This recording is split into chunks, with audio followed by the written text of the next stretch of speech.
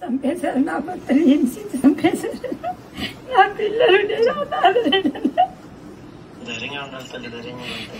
ఎంత సార్ నేను బతకలేను.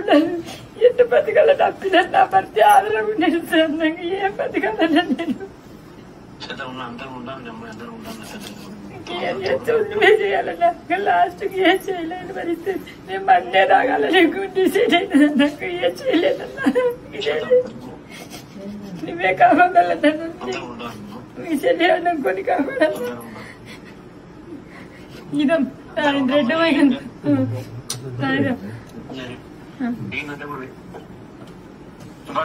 అన్నా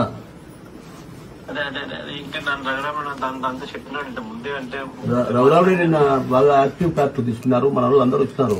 రవీంద్రనాథ్ రెడ్డి వచ్చినాడు, మన డిప్యూటీ సీఎం వచ్చినాడు, ఎక్స్ సురేష్ బాబు వచ్చినారు, అందరూ వచ్చినారన్నా. కేవలం డబ్బు కోసం వేధించి కొట్టి చంపినారు.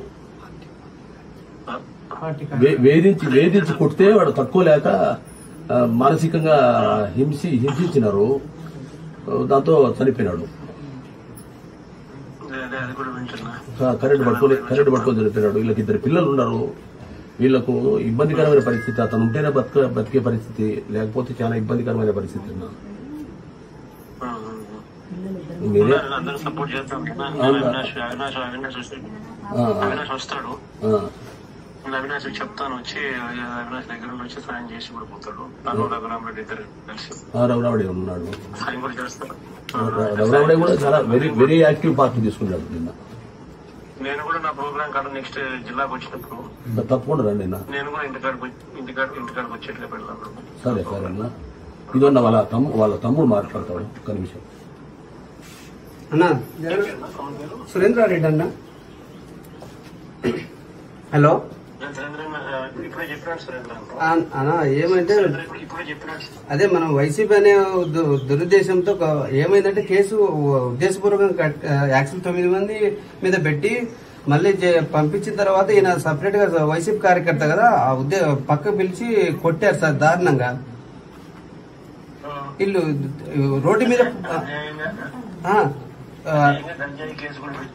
యాక్చువల్ గా పిలిపించి నువ్వు డబుల్ డిమాండ్ చేశారు. డబుల్ డిమాండ్ నేను ఎందుకు తప్పు చేయలేదు కదా, నేను ఎందుకు కట్టాలన్నాడు. తర్వాత ఇంకోటి ప్రెజర్, ఇంకోటి ఏంటంటే మెయిన్ ఏంటంటే మన వైసీపీ అనే ముద్ర ఉంది కదా, ఆ ముద్ర తప్ప మనం చేసుకున్న నేరంలాగా భావించి దారుణంగా సార్. ఇప్పుడు రోడ్డు ఎందుకంటే నేను చిన్నప్పుడు 6 నెలల పిల్లప్పుడు మా అక్క సంవత్సరం అన్నప్పుడు మా నాన్న గుండె పొట్టి చనిపోయాడు సార్. మా తాత వాళ్ళంతా సాగారు. సో ఏదన్నా పార్టీ తరఫు నుంచి పిల్లలకు ఆర్థికంగా మీరు ఎందుకంటే మీ తోబుట్టు అనుకోండి సార్, ఆర్థికంగా ఖచ్చితంగా మాకు సాయం చేయాలి సార్.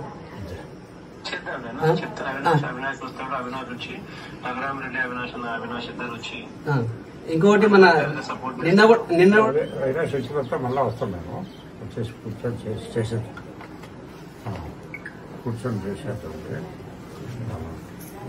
కడపకు వచ్చి ఇంటికాడికి వచ్చి చేసిపోతున్నాం.